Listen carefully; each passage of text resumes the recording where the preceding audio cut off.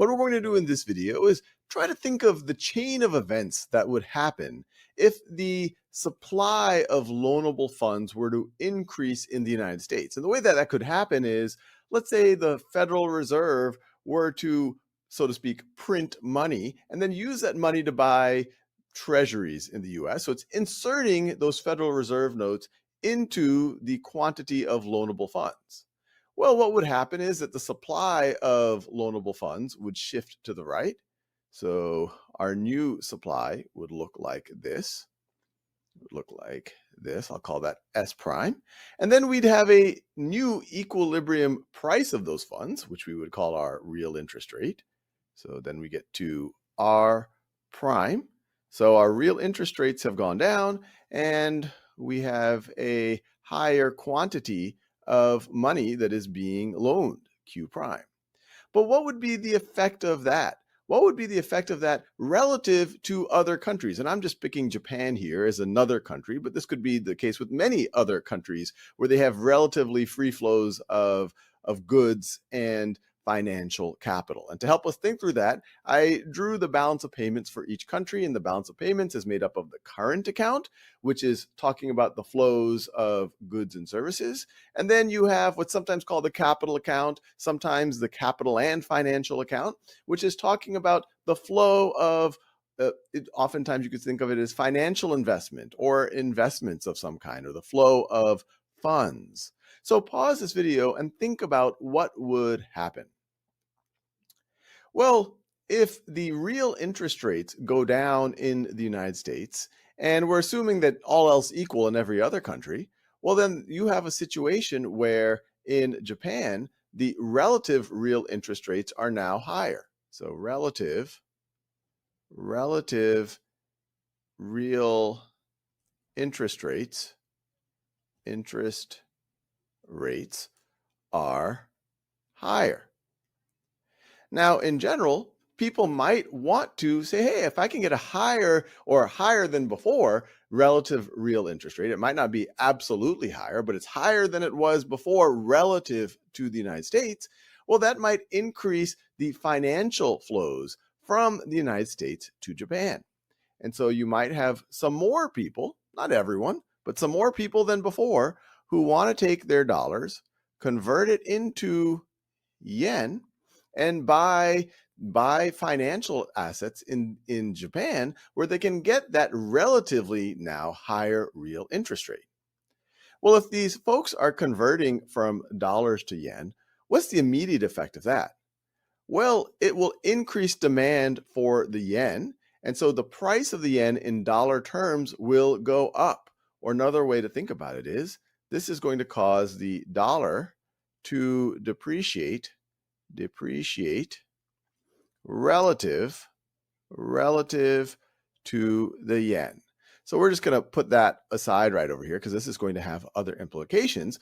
But that dollar, it's used to buy yen, and then those investors will maybe buy Japanese bonds. And so what's happening? Well, we're talking about the transfer of financial assets. And so in the United States, the capital and financial account, that will go down. This will go down. You could think of it is being debited.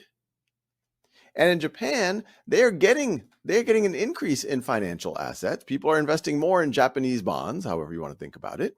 And so that increase in funds, that goes up. And so this is getting credited.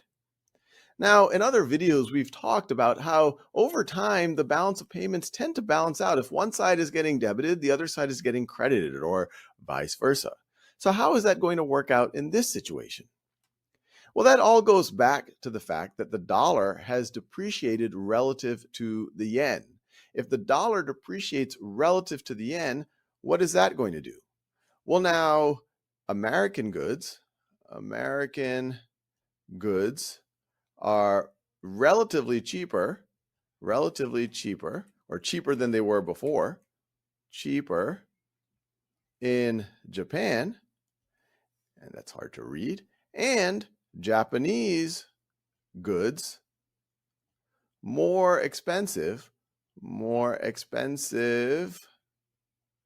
in the US. And so what is going to happen? Well, in that situation, that means that the US is going to export more to Japan. Their goods are now are now cheaper in Japan. Japanese goods are now more expensive in the US. So they're going to buy fewer Japanese goods and sell and export more American goods. American goods. And so what's going to happen on our current account? Well, if you're exporting more, that means your current account goes up. It is going to be credited.